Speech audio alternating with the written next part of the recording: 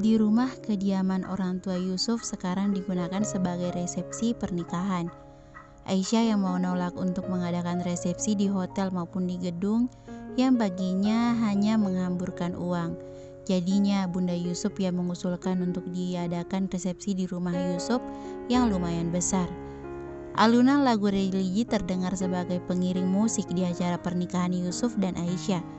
Para tamu yang berlalu lalang dengan pasangannya untuk menghindari undangan, memakai pakaian yang terbagus untuk datang ke acara pesta pernikahan. Ada yang memakai gamis, kebaya, dress panjang sehingga penampilan para tamu terlihat cantik dan memukau. Tapi lelaki terkesan simpel namun tetap terlihat tampan dengan memakai jas, kemeja atau batik. Resepsi sudah berlangsung selama 3 jam lebih, tapi masih banyak tamu yang berdatangan. 300 undangan yang bagi Yusuf terlihat sedikit terasa banyak karena rumahnya yang sampai sekarang belum pernah sepi terus kedatangan tamu undangannya. Sepertinya makin lama tamu undangan makin banyak. Di atas panggung kedua mempelai pengantin yang cantik dan tampan itu terus menyalami tamu yang memberi selamat dan doa untuk pernikahannya. Aisyah malam ini terlihat sangat cantik dengan gaun yang dirancang langsung oleh Tante Mirna. Meskipun gaun yang polos sederhana tapi terlihat memukau saat dipakai oleh Aisyah. Ditambah mahkota kecil yang menghiasi hijab panjangnya, Aisyah seperti bidadari yang jatuh di bumi. Yusuf yang terlihat gagah dan tampan menggunakan jas hitam sangat serasi bersanding dengan Aisyah yang sangat terlihat cantik. Mereka menjadi pasangan yang sangat serasi seperti raja dan ratu di istananya malam ini. Sahabatku, teman seperjuanganku sayangnya aku, congratulations atas pernikahannya. Selamat sudah menjadi seorang istri. Maira yang menunggu antrian lumayan panjang untuk menyalami sahabatnya yang sekarang resmi menjadi pengantin. Sebenarnya dia bisa saja langsung ke depan Aisyah untuk memberi salam tanpa harus mengantri panjang. Tapi Maira yang pastinya masih mempunyai adab dan sopan santun, jadi dia ikut mengantri seperti yang lainnya. Barakallahu lakuma wa baraka alaikuma wa jama'a bainakuma fi khair. Semoga selalu samawa. Doa Maira kepada sepasang pengantin baru yang diaminkan oleh Aisyah dan Yusuf. Maira yang posisinya masih memeluk Maira. Aisyah yang posisinya masih memeluk Maira bercepika-cupiki.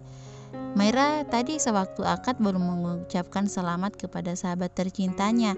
Jadi sekarang dia sangat antusias sekali. Makasih Mei sahabatku, ucap Aisyah mengurai pelukannya. Deheman keras di belakang Maira menyadarkannya dia sudah terlalu lama sampai lupa masih banyak yang mengantri untuk bersalaman dengan pengantin baru. "Ca, aku turun dulu ya, malu-maluin banget aku di sini," bisik Maira. Aisyah menganggukkan kepala dan tertawa ringan. Ia juga lupa waktu saat mengobrol lama dengan Maira di panggung pernikahannya. Maira menangkupkan tangannya ke Yusuf memberi selamat, lalu dia turun dari panggung.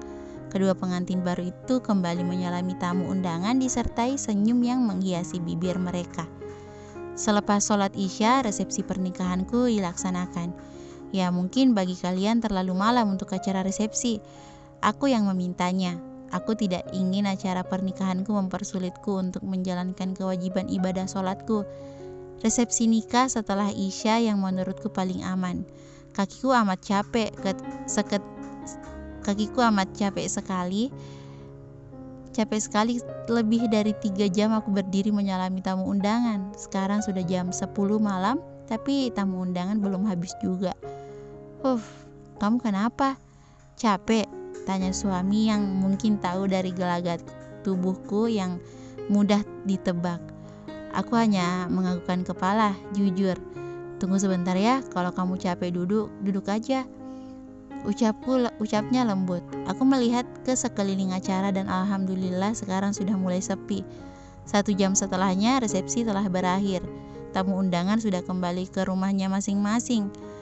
Beberapa saudara dari Aisyah dan Yusuf telah pamit. Bunda menyuruh pengantin baru untuk beristirahat karena jam yang sudah menunjukkan angka 12 malam. Rasanya badanku remuk sekali hari ini, begitu melelahkan dari pagi akad nikah sampai resepsi. Kakiku serasa mati rasa disuruh berdiri terus-menerus. Aku sekarang sedang di kamar suamiku Yusuf. Aku gugup sekali. Aku tidak pernah berada di ruangan bercampur dengan manusia berjenis kelamin laki-laki, hanya berdua saja. Dan sekarang aku sekamar dengan laki-laki lain, karena laki-laki itu sekarang menjadi mahramku, suamiku. Termenung di sofa kamar Yusuf, aku bingung apa yang harus kulakukan. Yusuf sedang di kamar mandi. Dia pamitan kepadaku untuk mandi terlebih dahulu. Pintu kamar mandi yang terbuka menampakkan Yusuf dengan rambut yang masih basah sehabis mandi, dengan baju polo dan celana selutut. Yusuf terlihat lebih simpel dan keren. Subhanallah, aku baru memuji suamiku. Belum genap 24 jam, aku sudah kagum dengan suamiku. Kamu tidak mandi? Saya lihat dari tadi kamu bengong terus. Aku terlalu memikirkan dia sampai-sampai aku tidak mendengar dia dari tadi berbicara kepadaku. Aku mengambil baju dan hijab di koperku, lalu melenggang ke kamar mandi. Aku keluar dari kamar mandi dengan gamis dan hijab instanku. Yusuf sepertinya sudah tertidur. Dia pasti sama lelahnya denganku. Aku membaringkan tubuhku di sebelahnya. Aku menguap dan mataku terlelap tidur bersama Yusuf. Alarm handphoneku berbunyi tepat jam 3 pagi. Aku bangun dari tempat tidur, mengambil wudhu untuk sholat malam seperti biasa. Bermunajat kepada Sang Pencipta di sepertiga malam adalah hal favoritku. Menceritakan keluh kesahku kepada Sang Penguasa langit dan bumi. Membangunkan Yusuf atau tidak, aku takut mengganggu tidur lelapnya. Dia 1 minggu ini yang sangat sibuk mengurus tugas kantornya sekaligus mengurus semua proses pernikahan. Memutuskan sholat tahajud sendiri tanpa mau mengganggu suaminya. Nanti akan subuh saja aku bangunkan. Seperti biasa, selesai menumpahkan keluh kesah kepada Sang Pencipta, aku membuka kitab suciku Al-Quran, membaca surah favoritku Ar-Rahman. Yusuf yang sepertinya sudah segar sehabis mandi tiba-tiba saja duduk di belakang aku yang sedang membaca Al-Quran. Apa dia sudah bangun dari tadi? Kenapa kamu tidak membangunkanku? Tanyanya. Aku diam. Aku tidak tahu kalau dia memintaku untuk membangunkannya. Mulai besok bangunkan saya untuk sholat malam bersamamu, pintanya. Permintaan yang bagiku sangat menyentuh. Sholat berdua dengan imamku adalah hal yang aku inginkan dari dulu. Dari kapan kamu duduk di belakangku? Sejak suara merdu membaca mahar yang kuberikan kepadamu. Aku melihat matanya yang juga menatapku. Dia tersenyum lembut kepadaku. Boleh saya membaca surah Ar-Rahman untukmu lagi? Tanyanya. Aku tertegun dengan permintaannya. Sungguh aku tersentuh. Dia ingin membacakannya untukku lagi. Siapa yang bisa menolak? Silahkan. Yusuf mengambil Al-Quran di tanganku. Dia duduk di sebelah membacakan surah Ar-Rahman begitu merdu di telingaku. Aku menatap matanya.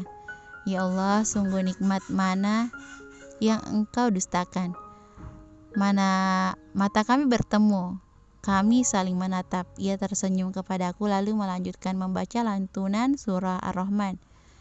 Shadaqallahul azim. Tepat bacaan selesai, suara azan subuh berkumandang. Yusuf pamitan kepadaku untuk sholat berjamaah di masjid. Selepas sholat subuh, aku membantu bunda memasak untuk makan pagi. Aku seperti deja vu. Biasanya setiap pagi hari libur aku membantu Umi memasak di dapur, dan sekarang aku membantu bundanya memasak juga. Kami mengobrol banyak di dapur. Bunda bercerita banyak tentang Yusuf. Yusuf yang pekerja keras, Yusuf yang mandiri, Yusuf yang sangat menyayangi keluarga, dan Yusuf yang usianya 28 tahun. Tanganku hampir saja teriris saat memotong bawang karena terkejut mendengar usia Yusuf yang 28 tahun. Berarti aku selisih 10 tahun dengannya. Kenapa aku baru tahu sekarang setelah nikah? Ya bukannya gimana-gimana sih, cuman terkejut saja. Jarak usia yang teramat jauh dengannya. Aku yang masih 18 tahun dan Yusuf yang 28 tahun. Bunda juga menceritakan kepadaku Yusuf yang jarang bergaul karena hidupnya disibukkan dengan kerja dan kerja terus. Aku dan bunda menoleh Yusuf yang sedang duduk di meja makan. Apa dia mendengarkan percakapanku dengan Bunda? Ya udahlah, biarin. Meletakkan nasi dan lauk yang sudah matang di meja makan, aku seperti diawasi oleh suamiku sendiri. Dia dari tadi seperti melihatku terus. Semua makanan sudah terhidang di meja makan. Bunda yang naik ke atas memanggil Nisa untuk makan bersama. Dan aku sekarang berada di posisi canggung berdua bersama Yusuf. Udah tahu banyak tentang saya? Betul, Yusuf mendengarkan aku dan Bunda bercerita. Iya Mas. Saat aku memanggil Mas, dia mengangkat satu alisnya. Memang kita harus menghormati suami kan? Masa iya aku memanggilnya dengan sebutan nama? Kan gak sopan.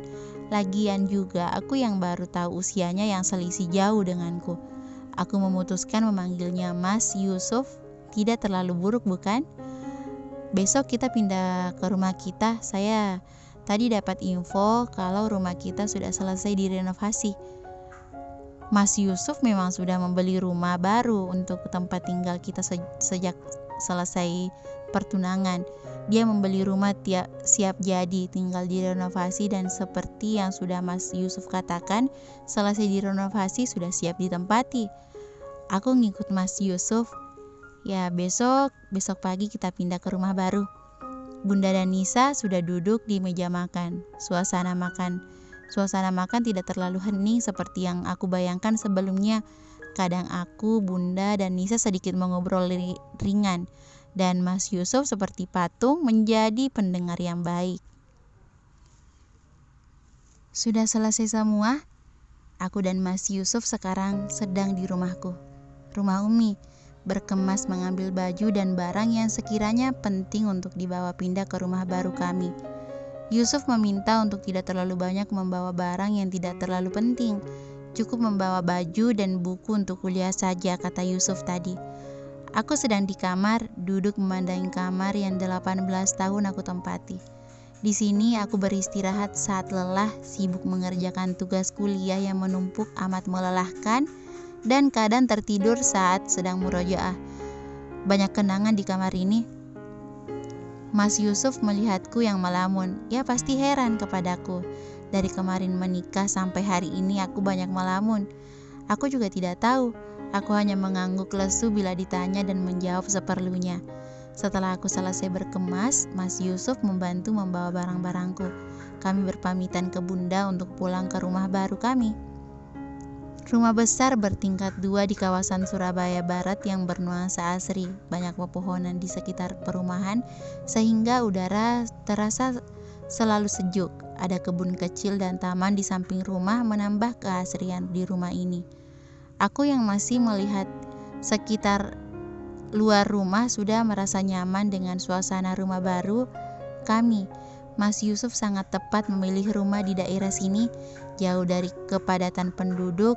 Ia seperti mengerti aku yang tidak terlalu menyukai keramaian. Mas Yusuf membuka kunci rumah dan menyuruhku masuk. Masih tidak terlalu banyak perabotan di rumah ini. Memang Mas Yusuf sengaja biar bisa belanja bersama, menambah kedekatan kami yang masih lumayan canggung. Aku menata baju-baju di kamar kami. Mas Yusuf sedang mengangkat telepon dan katanya dari klien kantornya. Saya pergi dulu, ada meeting mendadak di kantor. Iya Mas, kamu tidak masalah saya tinggal sendirian di rumah. Aku mau saya antar ke rumah Maira biar ada teman ngobrol, tanyanya. Iya nggak apa-apa Mas, Ica masih harus nata barang-barang ini dulu di tempat. Kamu kalau capek tidak usah diselesaikan semua, nanti kalau saya sudah pulang saya bantu. Ia mendekat kepadaku, mencium keningku lembut lalu bergegas pergi ke kantor. Ya Allah, kenapa aku masih saja tegang saat ia mencium keningku, tapi hatiku menghangat, dadaku berdebar kencang.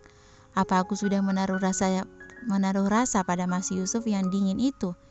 Setelah menata barang-barang pada tempatnya, aku ingin memasak sebelum Mas Yusuf pulang. Melihat kulkas yang masih kosong dan hanya ada telur beberapa butir saja, aku bingung juga mau memasak apa. Aku memutuskan memasak nasi goreng telur yang mudah dan praktis.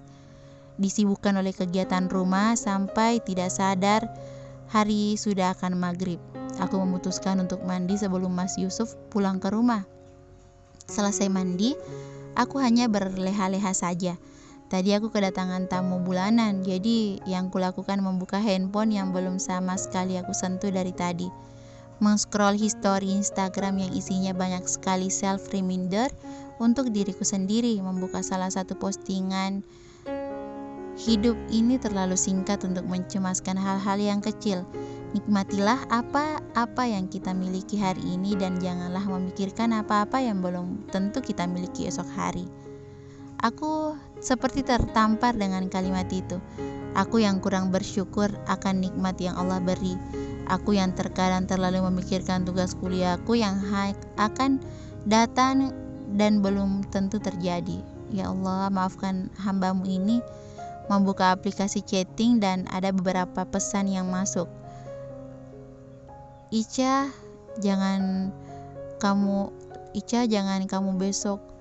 Kamu sudah masuk kuliah lagi.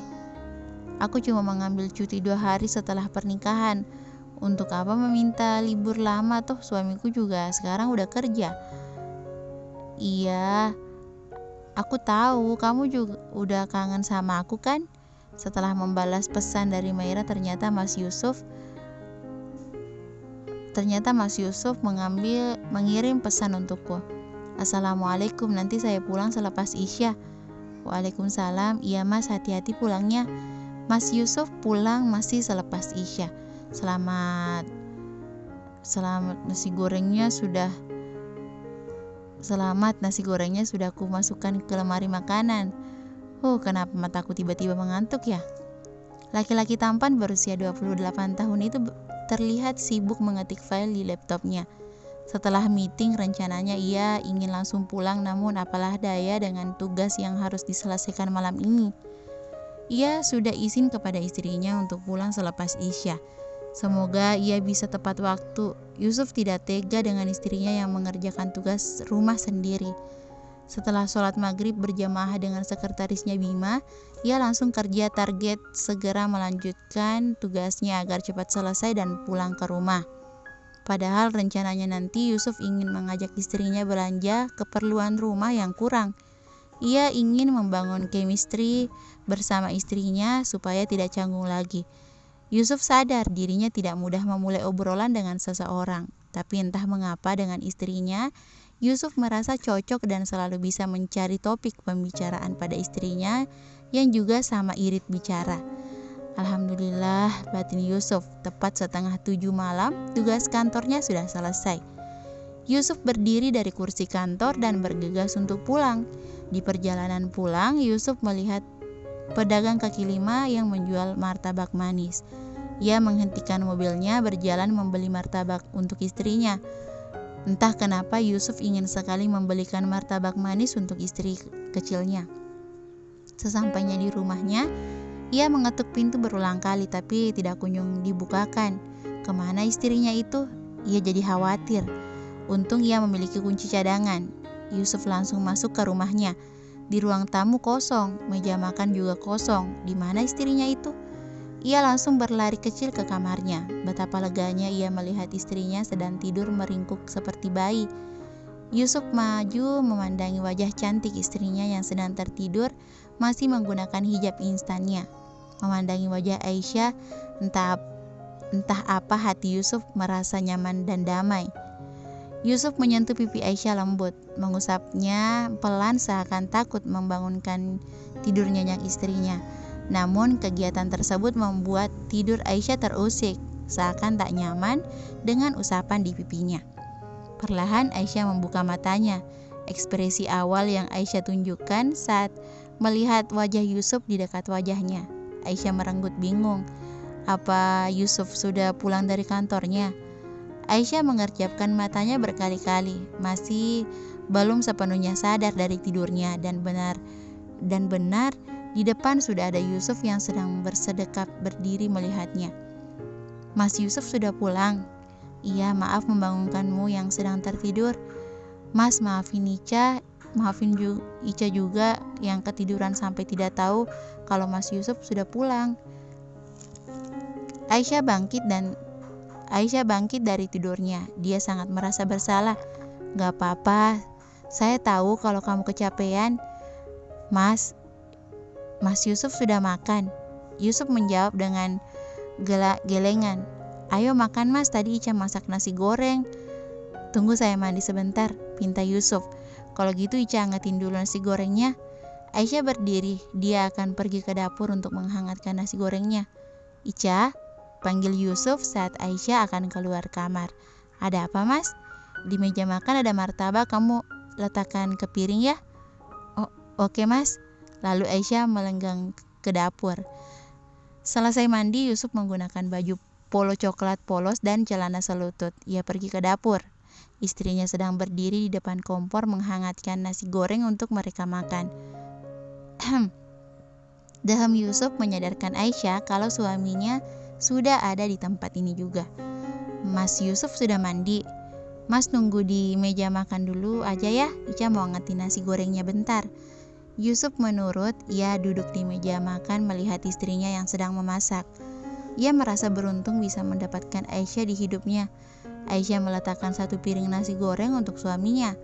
Harum nasi goreng membuat nafsu makan Yusuf meningkat. Yusuf akan menyendok nasi gorengnya. Mas, baca doa dulu. Aisyah menangkupkan kedua tangan seperti berdoa. Yusuf tersenyum canggung lalu ia berdoa sebelum makan. Allahumma barik lana fima razaqtana wa qina azabannar. Doa Yusuf dalam hati. Kamu tidak makan? Yusuf baru sadar, dari tadi ia makan sendiri. Aisyah hanya menemaninya saja. Ica tadi udah makan duluan mas, Yusuf bergumam dan melanjutkan makannya. Enak, puji Yusuf. Apanya yang enak mas? Tanya Aisyah polos. Masakanmu. Singkat, tapi entah mengapa pipi Aisyah merona senang. Dimakan martabaknya itu buat kamu. Ini buat Ica. Wah, makasih. Nisa mengambil lalu mengunyah martabak manis di meja makan. Ica mengambil lalu mengunyah martabak manis di meja makan. Hening beberapa saat. Kelihatannya sudah selesai semua menata barangnya, kata Yusuf memulai topik. Iya mas, alhamdulillah udah ditata semua. Maafin saya karena ada meeting mendadak, saya tidak bisa membantu kamu. Kita juga tidak jadi belanja keperluan rumah. Sesal Yusuf. Tidak masalah mas, itu kan sudah tanggung jawab kerjaan kamu. Lagian masih bisa besok hari libur kan? Yusuf mengangguk lalu melanjutkan makannya. Kamu jangan capek-capek ya. Kenapa mas? Saya tidak mau kamu kecapekan, nanti kamu sakit, ucapnya sambil mengusap kepala Aisyah. Perhatian kecil Yusuf kepada Aisyah membuat Aisyah tersipu malu. Mengapa hati Aisyah terasa berdebar? Bersambung.